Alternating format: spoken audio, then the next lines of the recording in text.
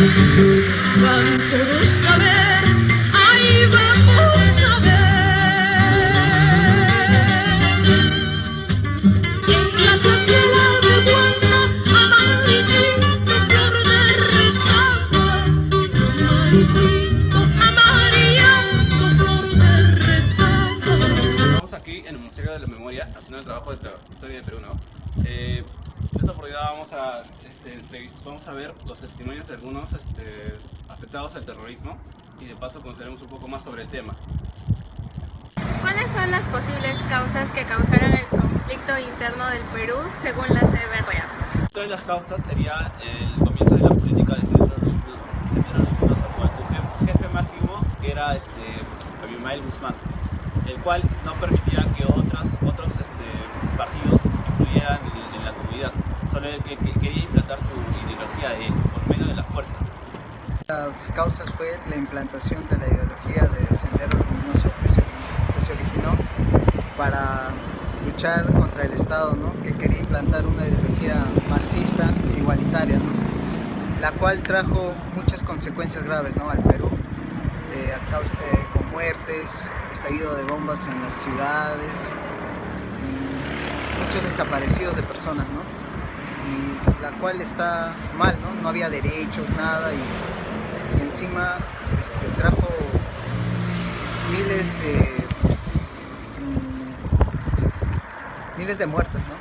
Una de las principales causas fue la discriminación étnico-racial hacia todos los peruanos, por parte, de ellos mismos, porque se creían superiores por haber estudiado o simplemente por haber nacido en una situación económica privilegiada, mientras que los demás eran abusados por ese tipo de temas. Ahora vamos a hablar de algunos testimonios de las personas que sufrieron del terrorismo aquí en el Perú. En esta oportunidad hablaré sobre el caso del señor Zenón Osvallo. El señor Zenón Osvallo era un poblador de Vilcasmamán que normalmente fue a trabajar a su chacra y cuando regresó a su domicilio ya no estaba su esposa ni hija. Los vecinos le comentaron que se le habían llevado los terroristas de Sendero Luminoso junto con otros pobladores.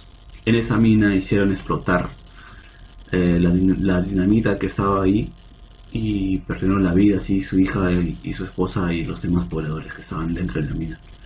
Tiempo después, el señor Zenón se dedicó al alcohol y en una de esas que iba caminando regresó a su casa, los militares lo agarraron y lo acusaron que era cabecilla de un grupo terrorista, que había atentado con otro grupo de militares. En ese sentido lo sentenciaron a 35 años de cárcel. No duró mucho, pero pasó 11 años y todavía todavía estaba en la cárcel cuando logró por fin demostrar su libertad, probando que no era cabecilla y solo era un poblador más de esa comunidad. Así nos damos cuenta que no tanto por medio de Sendero Luminoso hubo violencia, sino también por los militares, por sus habladurías y no saber a quién echar la culpa. Gracias. Freddy Ortiz fue una de las más de 5.000 personas que estuvieron en el terrorismo. Él, al terminar los estudios en la secundaria, fue directamente enviado a la capital para que se preparara en la policía. En esos tiempos, la preparación era demasiado rápida, así que fue enviado a las zonas de emergencia. En este caso, llegó hasta Ayacucho. Cuando llegó al día, él contó que diariamente morían más de 8 policías al día. Freddy era una de las pocas personas que sabía hablar el quechua en ese entonces. Entendía perfectamente el dolor de las personas. Hoy en día se dedica a la música y sus canciones están compuestas por letras que evidencian cómo se vivió el terrorismo en esos tiempos en el Perú. ¿También perdiste familiares así en esa época? Sí, yo perdí a un tío, le sacaron, era teniente gobernador. Fue a Guanta a reclamar a la base militar, a pedir apoyo para que se instale una base en el sitio donde estábamos. Y como estaba haciendo trámites, le sacaron por Ayahuarcuna. Volvía, dice, de Huanta, en Ayahuarcuna le cuadraron, le sacaron. Hasta hoy no se sabe nada. Dijeron que la habían matado, la habían botado por ahí, por el río, pero no hemos encontrado su cadáver. Perdí a un tío que era teniente gobernador. Hasta hoy no se sabe nada, no hallamos su cuerpo, nada. Con esto concluimos con el testimonio de la señora Rosario Pérez Pérez del Pilar.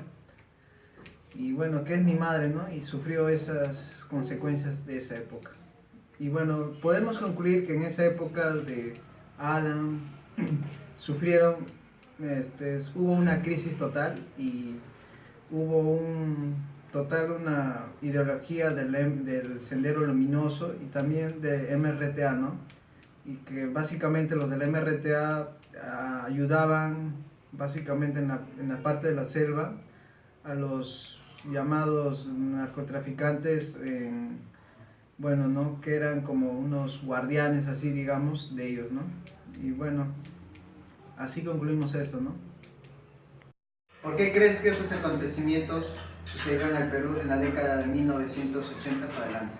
Bueno, el grupo cree que pasaron todos estos hechos en el Perú porque el Estado no tenía interés alguno sobre la zona rural y si tenía era poco, o sea, no prestaban mucha atención a la zona rural, más eran céntricos, ¿no? Lima era todo para ellos. Aparte de ello, teníamos que en esos tiempos el Perú tenía hambruna, no tenían que comer y los más afectados eran los pobladores rurales. Sumado a esto, la educación. La educación en esos tiempos era muy drástica, ¿no? Por llamarlo así. El profesor siempre tenía la razón, nunca se equivocaba y implantaba los conocimientos genios a los alumnos, pero para mal. Es por eso que Sendero Luminoso reclutó más gente en las universidades que en el mismo centro, ¿verdad? Aparte de ello, tenemos lo más importante para el grupo, que es la discriminación, que hasta ahora se vive y por medio de todo eso. Sumado a todo esto, entonces tenemos un poblador de hambre, discriminado y con falta de interés del mismo Estado. Surgió el odio al fondo de ellos y se quisieron rebelar con el Estado, ¿no? Pero para mala, por medio de la fuerza. Entonces, todo eso surgió Sendero Luminoso con su líder Abimael Guzmán. Gracias.